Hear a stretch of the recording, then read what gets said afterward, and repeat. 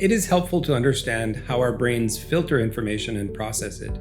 To do that, you must equip yourself with some background knowledge about how three cognitive skills, attention, working memory, and processing speed, work together to process information. Processing is a word heavily used, albeit with inaccurate meaning, or in ways that may not always be favorable. For example, students who take longer to complete tasks are often said to have processing issues. In fact, in those situations, the reference is made to processing speed rather than skills. And such an assessment about a student's abilities can significantly impact their learning progress as well as their belief in what they can and cannot do. Let's set the record straight.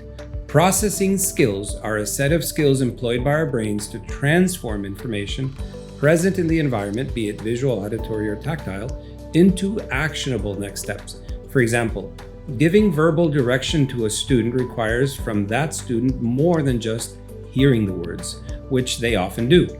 Their brains must take what they hear, process it, transform it in order to be able to further command the demand of the desired action. Let's say a student is directed to line up. They're expected to do the following: stop whatever they're doing in that moment, put away their materials, get up and move away from their desk, and arrive to stand in line behind those who are already there. All of those steps are implied most of the time, and students must use their auditory processing to follow your oral directions. Therefore, processing skills consist of a set of three cognitive skills that are interdependent. These are the ones I mentioned before: attention, working memory, and processing speed. Like the parts of a bicycle, processing skills are highly dependent on each other and do not operate independently when we're learning. When one or more of our processing skills are weak, this can lead to learning struggles, just like a bicycle without handlebars. For example, a learner with high working memory and attention but with low processing speed may struggle to keep up with the pace of instruction in the classroom, despite having the intellectual ability to learn what is being taught. Similarly, a learner with a working memory deficit may struggle with inattentiveness, despite having no weakness in their attention, because their working memory is struggling to manage the information being processed. This is due to the high interdependence among these skills. The ability to learn and manage our learning is built on a strong foundation of the processing skills involved with the intake and integration of sensory information. In the hierarchy of cognitive skills, processing skills are critical because they form the basis of our learning. A weakness in one or more processing skills can often lead to an issue with executive function.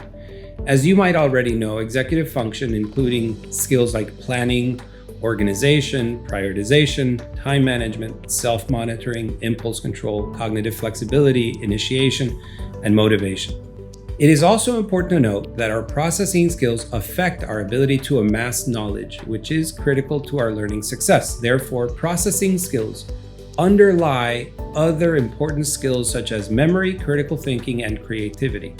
Two important things to remember are: one, you can measure the strength of cognitive skills, and two, you can always improve or strengthen your cognitive skills with proper training. This is particularly useful for people with autism, ADHD, language processing disorders, and/or twice exceptional learners who tend to benefit from programs that strengthen their processing skills.